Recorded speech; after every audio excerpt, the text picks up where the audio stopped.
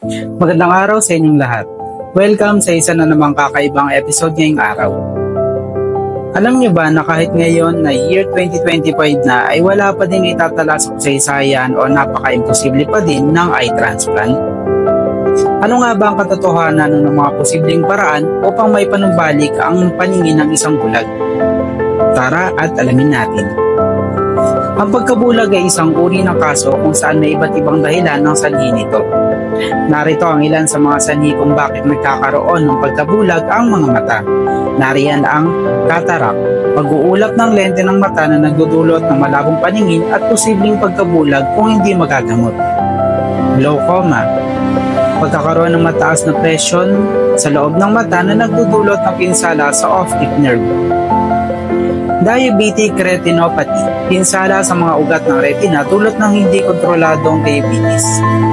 Age-related macular degeneration, pagkasira ng macula, ang bahagi ng mata na responsable sa malinaw na paningin sa gitna. At marami pang iba. Narito ang ilan sa mga operasyon na maaaring sumailalim upang mapanumbalik ang paningin. Nariyan ang corneal transplant, keratoplasty, pagpapalit ng nasirang cornea gamit ang malusog na tissue mula sa donor upang maibalik ang malinaw na paningin. Cataract surgery, pag-aalis ng malabong lente at pagpapalit nito ng artificial na lente upang mapanubalik ang paglinaw ng paningin. Laser eye surgery, paggamit ng laser upang baguhin ang hugis ng cornea para itama ang nearsightedness, farsightedness at astigmatism. Glaucoma surgery, pagtanggal o pagbukas ng baratong drainage system upang babaan ang presyon ng mata at maiwasan ang permanenteng pagkabulag. Retinal surgery, pagsasaayos ng mga problema sa retina tulad ng retinal detachment at diabetic retinopathy upang mapanatili o maibalik ang paningin. Ocular prosthesis implant, paglalagay ng artificial na mata para sa mga tinanggal na mata dulot ng trauma o cancer. Osteoodont o keratoprosthesis, paggamit ng ngipin bilang suporta sa isang artificial cornea upang maibalik ang paningin sa malalang kaso ng corneal damage. Retinal implants, bionic eye surgery, paglalagay ng electronic device sa retina upang maibalik ang bahagyang paningin sa mga may malubhang retinal damage. Ilan lamang yan sa mga operasyon na posibleng magbalik ng paningin ng ating mga mata. Pero balik tayo sa eye transplant. Panoorin ang ibabahagi kong istorya patungkol sa isang lalaki na dumaan sa isang full eye and partial face transplant na ayon sa mga eksperto ay kauna-unahan sa kasaysayan ng mundo. Siya si Aaron James, isang 46 taong gulang na veterano ng militar mula sa Arkansas. Siya ay nakaranas ng malubhang aksidente noong Hunyo taong 2021.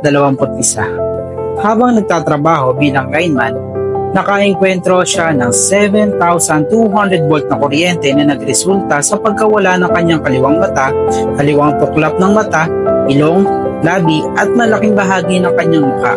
Bukod dito, kinailangan ding putulin ang kanyang kaliwang braso sa itaas ng siko at siya ay muling tinuruan maglakad matapos ang insidente.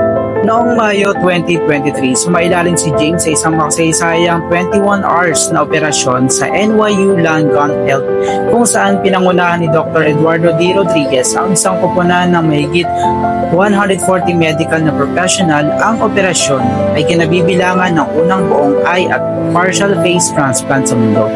Ang kanyang bagong mata, bagamat hindi pa nakakakita, ay nagpapakita ng normal na presyon at magandang daloy ng dugo na nagbibigay pag-asa para sa mga susunod at pagunlad sa pagpapanumbalik ng paningin.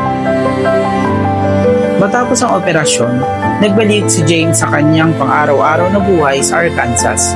Ibinahagi niya ang kanyang pasasalamat sa pangalawang pagkakataon na binigay sa kanya na nagsasabing, "I've been given the gift of a second chance and I don't take a single moment for granted." Ang kanyang karanasan ay nagbukas ng bagong landas sa larangan ng medikal ng agap, partikular sa mga komplikadong transplantasyon at potensyal na pagpapanumbalik ng paningin sa hinaharap. Gayunpaman sa kasalukuyan, hindi pa din nakakakita ang isang mata ni Aaron James.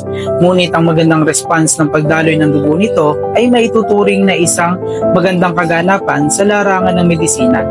Patungkol sa isang pananaliksik ukol dito.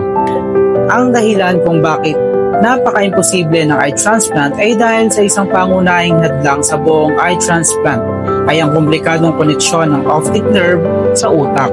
Ang optic nerve na binubuo ng higit sa 1,000,000 nerve fibers ay hindi madaling ma-regenerate o maikabit muli pagkatapos ng pagkasira kahit na ang mata ay matagumpay na mailipat at magkaroon ng daloy ng dugo. Ang pagpapanumbalik ng paningin ay nakadepende sa muling pagkonekta ng optic nerves sa utak.